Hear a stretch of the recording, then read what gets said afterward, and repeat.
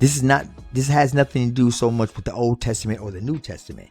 This has to do with the Old Covenant versus the New Covenant. The parable that Jesus gives us when he says that you can't pour new wine into an old wineskin. If you pour new wine into an old wineskin, you will lose the good wine. You will lose it. And you will lose it because you can't pour new wine into an old wineskin. It can't hold the new wine because the new wine is too strong for the old wine, for the old skin bag.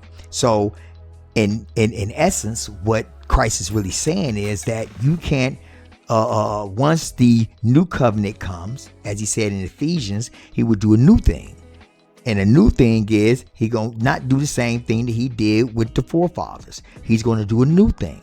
And the new thing was a new covenant, not the old covenant that he made with the fathers, but the new covenant. You can't pour new covenant into old covenant. You can't do that, family. And that's pretty much what that parable is saying. And that's pretty much what's going on in the church today. They are either teaching old covenant teachings, or they're trying to pour in the new covenant into the old covenant. That's not how that works. And I had to learn that. Now, the church that I belong to,